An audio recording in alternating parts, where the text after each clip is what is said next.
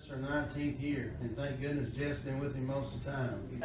He's a very key employee. The stuff was setting up too quick and leaving little pivots from the pad foots. Right. So once we put basically one section of pad foots on those 3 in a row, then we put the guys off of that on the rubber tires, and then it worked a lot better. We didn't have the little bumps in the road. It didn't set up quite as fast. Yeah, we was having trouble with the pad holes. Yeah. And what they was making probably 3 passes behind the recycler with pad foot, and then we'd get them on down the road, and then we'd start. Man, the other blade guy would shape it up, get the right kind of crown and stuff in it, and then bring in the rubber tires and seal it up. So I mean, usually on a regular, not using this chemical, we usually spend all day long, on this road. I mean, we recycle it, and then we roll it back and forth and mix rock and stuff in it and pad foot it and stuff all day long. And it sets up good, but it don't set up near as good as that soil chem did in less time. I mean, we shaved, I don't know, we was getting done about 2 o'clock really. Yeah. We shaved a good 3 hours off. The clay soil is where it works good. I think it is, because it'll save us money and time and labor on the rock and wear and tear on the trucks. Because you save a lot of miles on trucks, that's money also. Yeah. Even though it isn't automatic money that day, it's money further down the road. So, sure. And a lot of times we have to be on county roads hauling rocks. So sometimes we almost destroy as much as we fix in different areas by all the hauling you got to do.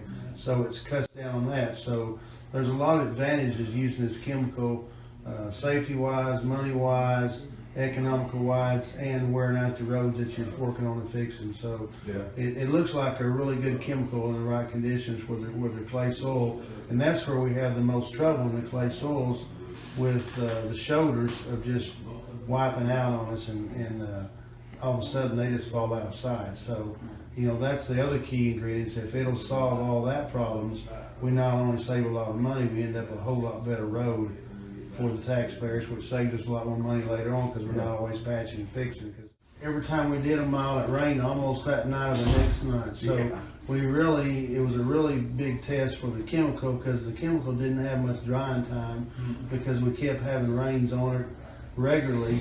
So that was impressive to me, that the chemical was on just 1 day or maybe 2 days, and it was staying with just a little frosty on top and didn't have any rutting.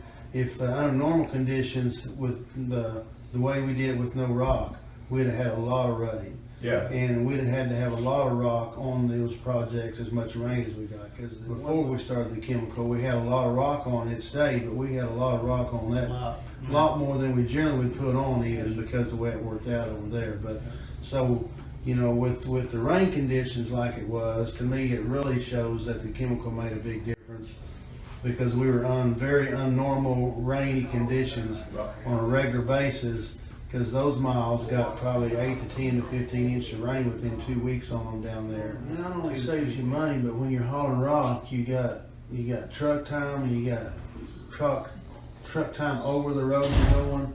So you got expense of the rock, expense of the trucks, and then you got the traffic on the roads that you're getting from the crusher to the.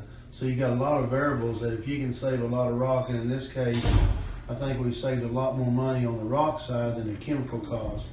And then I think also we ended up with a better base on our road base for less money. So we're looking and excited about the longevity of the base to help hold up over the longevity, because we've always had trouble with, no matter how we've done the shoulders, we've always had trouble with soft places on the shoulders where that clay is. And so I think that we're already showing some improvements that we've had over the years, that we didn't have any shoulder failures this time from the chip.